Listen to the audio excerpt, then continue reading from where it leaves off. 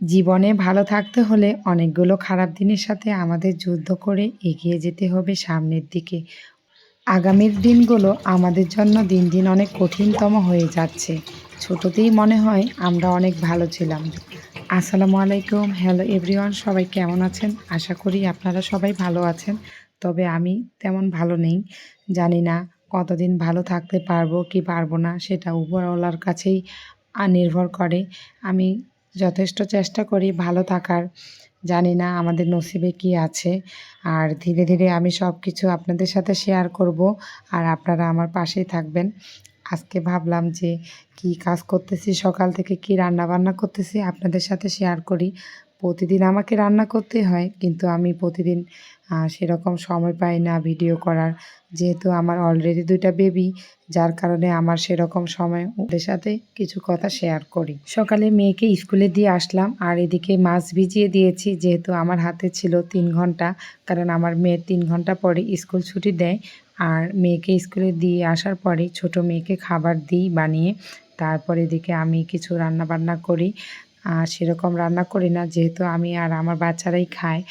আপনাদের ভাইয়া তো আমার সাথে সবসময় রেগুলার বাসায় এসে খায় না, বাইরে থেকেই খেয়ে আসে। তো আজকে ভাবলাম যে সামুদ্রিক মাছ রান্না করি। সামুদ্রিক মাছ কিন্তু আমাদের শরীরের জন্য অনেক বেশি উপকার, বিশেষ করে ছোট্ট বাচ্চাদের জন্য। সামুদ্রিক মাছ খেলে তারা খুব দ্রুত বেড়ে উঠে লম্বা হতেও সাহায্য করে। আমি এদিকে মাছ ভিজিয়ে দিয়েছি, মাছগুলো মোটামুটি সুন্দরভাবে ওয়াশও করে নিয়েছি। আর আগের দিনের কিছু ইলিশ মাছের তেল ছিল, যার কারণে আগে সেটা দিয়ে এদিকে অন্য তেল দিচ্ছিলাম। যেহেতু এটা সামুদ্রিক মাছ, ইলিশ মাছের মতোই স্মেল, যার কারণে আমি ইলিশ মাছের তেলটাও ইউজ করেছি। কড়াইটা ভালোভাবে গরম হয়ে গেলে কড়াইয়ে তেল দিতে হবে। আর তেলটা সুন্দরভাবে যখন গরম হয়ে যাবে, তখন আমি এদিকে লবণ ছিটিয়ে নিচ্ছিলাম।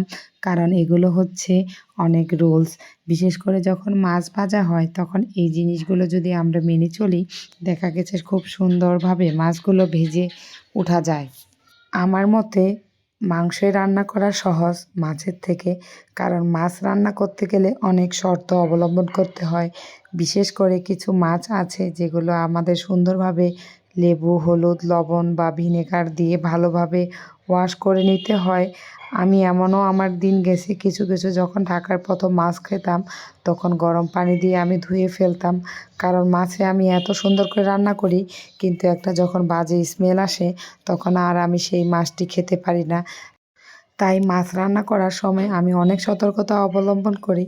বিশেষ করে মাছের ব্যাড স্মেলটা আগে আমি বের করার চেষ্টা করি। আর এদিকে সুন্দরভাবে মাছটা কড়াইয়ে দিয়ে নিচ্ছিলাম। আর এভাবে আমি খুন্তির সাহায্যে দিলে দেখা গেছে সুন্দরভাবে আমি দিতে পারি, আর আমার হাতের মধ্যে তেল ছিটা পড়ে না। অবশ্যই এটা আগে আমি জানতাম না। আগে যখন কড়াইয়ে মাছ দিছি, তখন কিন্তু আমার হাতে, শরীরে অনেক তেলের ছিটা পড়তো। কিন্তু কখনো জানতাম না যে এভাবে খুন্তির সাহায্যে আমি কড়াইয়ে মাছ দিতে পারবো। এগুলো যত আপনি প্র্যাকটিক্যালি, আমি যখন ব্যথা পেয়েছি তখন আমি শিখছি যে কড়াইয়ে যখন আমি তেল দিব, তেলে আমি স্পুনের সাহায্যে বা খুন্তির সাহায্যে আমি সুন্দরভাবে মাছগুলো দিতেও পারি। আগে এটা করে নেই, আমি কি করতাম, মাছটা সুন্দর করে গরম তেলের উপরে দিতাম। এমনও দিন গেছে আমার হাতে কিন্তু আমার হাতের আঙ্গুলে দেখা গেছে গরম তেলের সেকা খেয়েছি। খুব ব্যথা পেতাম, আর এগুলো অনেক বেশি জ্বালাতো। তাই আপনারা একটু সতর্কতা অবলম্বন করবেন রান্নাবান্নার সময়। বিশেষ করে মাছ রান্নার সময় অনেক বেশি সতর্কতা অবলম্বন করতে হবে আমাদের আপুদের। কারণ আমাদের উপরেই অনেক কিছু ডিপেন্ড করে। আমাদের সন্তান, হাসব্যান্ড আমাদের রান্নার উপরেই তারা ডিপেন্ড করে। কারণ তারা চাইলেও হয়তো রান্না করতে পারবে, কিন্তু এত বেশি এক্সপার্ট হবে না। যেহেতু আমরা প্রতিনিয়ত একটি কাজ করি, সেহেতু আমরা দিন দিন ডেভেলপ হতে পারি অনেক সুন্দরভাবে। ধীরে ধীরে আমরা যত সামনে আগাবো, রান্নাটা আমাদের তত বেশি মজা হবে। আর দেখা গেছে পুরুষ মানুষ বা অন্য কেউ হঠাৎ করে একদিন রান্নাঘর গেলে কি আর সেই মজা রান্না করতে খাওয়াইতে পারবে? তাই আমাদেরকে সবসময় সতর্কতা অবলম্বন করে রান্না বান্না করা আমাদের দরকার। আমাদের উপরে আমাদের সংসার, আমাদের বাচ্চা কাচ্চা ডিপেন্ড করে।